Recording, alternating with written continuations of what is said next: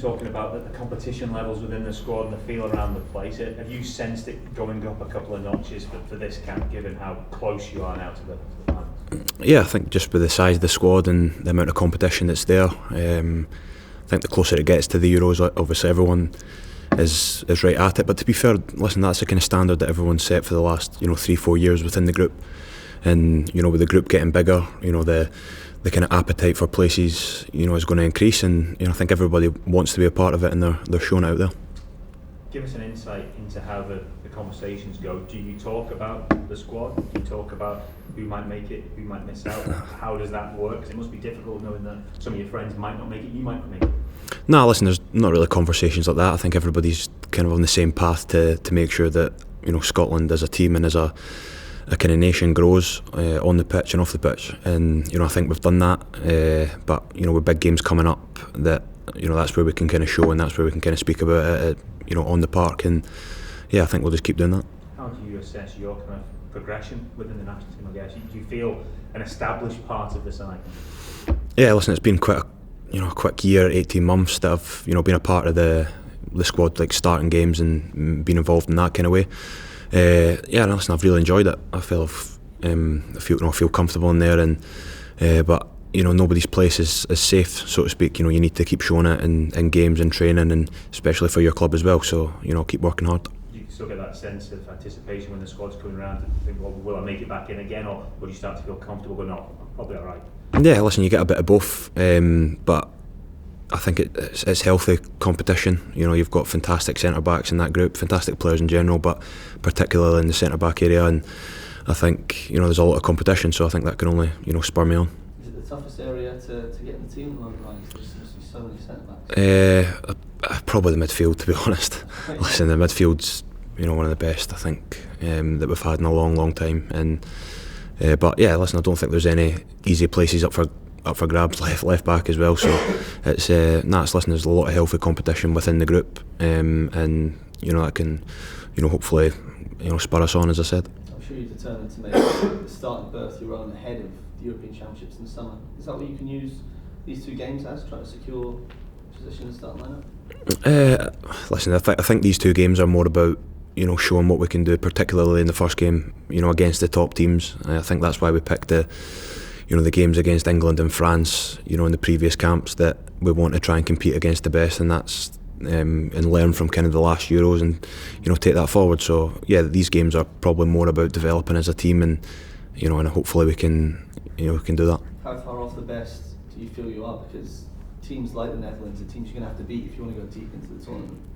No, listen, I don't think we're far off. I think there's certain things that obviously that we've analysed within these games that we might not do the same as the so-called lesser teams, but it's a good opportunity for us. These are the games that we want to be playing in, particularly if we can get them out of the way before the Euros, and then hopefully that'll make us ready for when the time comes. How much do you relish, Ryan, coming up against the top teams? Yeah, I love it. It kind of gives me an opportunity to show my kind of strengths defensively, and but yeah, they're great games, particularly at Hampden. They're brilliant, and yeah, I've said it loads of times. You don't get a feeling like playing any game for Scotland, but particularly the big games at Hampden are brilliant. How much do you feel your game has moved on another level or two, not just with the move down south, but with playing for the national team? Yeah, I think it came at a good time for me. The move and the debut, it kind of catapulted me a little bit. And that kind of feeling, being more comfortable within the group, being more comfortable for yourself. I didn't feel like I needed to show anything to anyone in particular, but maybe just to yourself, to give you that that kind of peace of mind at times. But yeah, listen, I think you're obviously everyone's learning, but I'm still at an age where hopefully I'm just going to get better, and I need to keep doing that.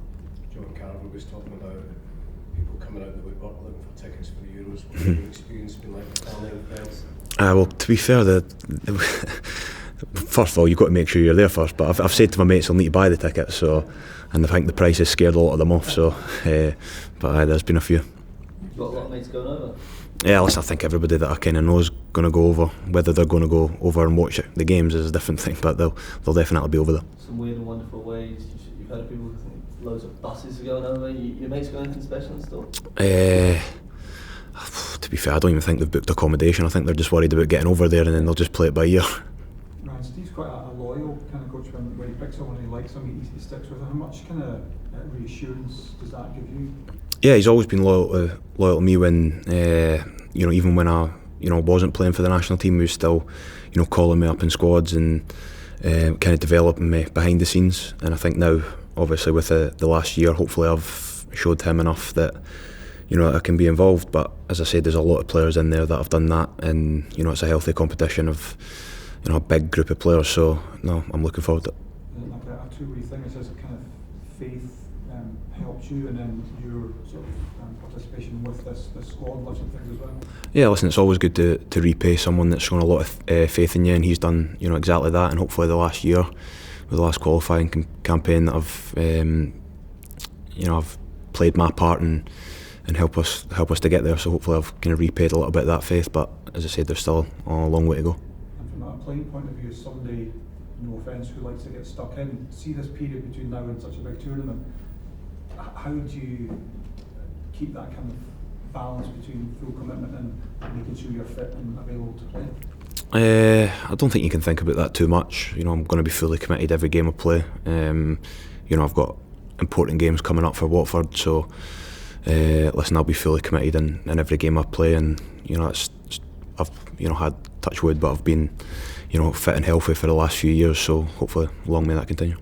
You've been down in England for 14 months now. How have you found it, both on and off the pitch, and how much has it brought you on as a player? Yeah, as I say, I think it came at a good time, and the Championship, it's relentless. You've got games Saturday, Tuesday, most weeks. Not a lot of days off. You don't do too much training because you're kind of recovering a lot. But no, it's been good. Listen, it's been up and down season, as to expect sometimes in Championship. But no, I'm really enjoying it. And then off the park as well. Obviously, you're down there, yourself quite a lot of the time, and I think it brings you on as a person, meeting new people, different cultures, especially within the changing room, and a lot of different languages get spoke as well. So no, I think it's brought me on a lot over the last 14 months, as you said. There's a lot of diversity in this squad. You've got players playing Premier League, Championship, even over in Copenhagen, Saudi Arabia. How useful do you think that would be heading into a tournament that there's players experiencing different styles of management? Yeah, listen, I think obviously there's a lot of boys playing at a very high level now.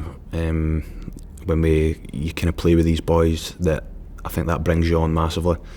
I think it's obviously a lot easier to play beside better players, and it's I think that's probably the biggest point when you've got these players fit and ready, that they spur you on massively. Good. Thanks, lads.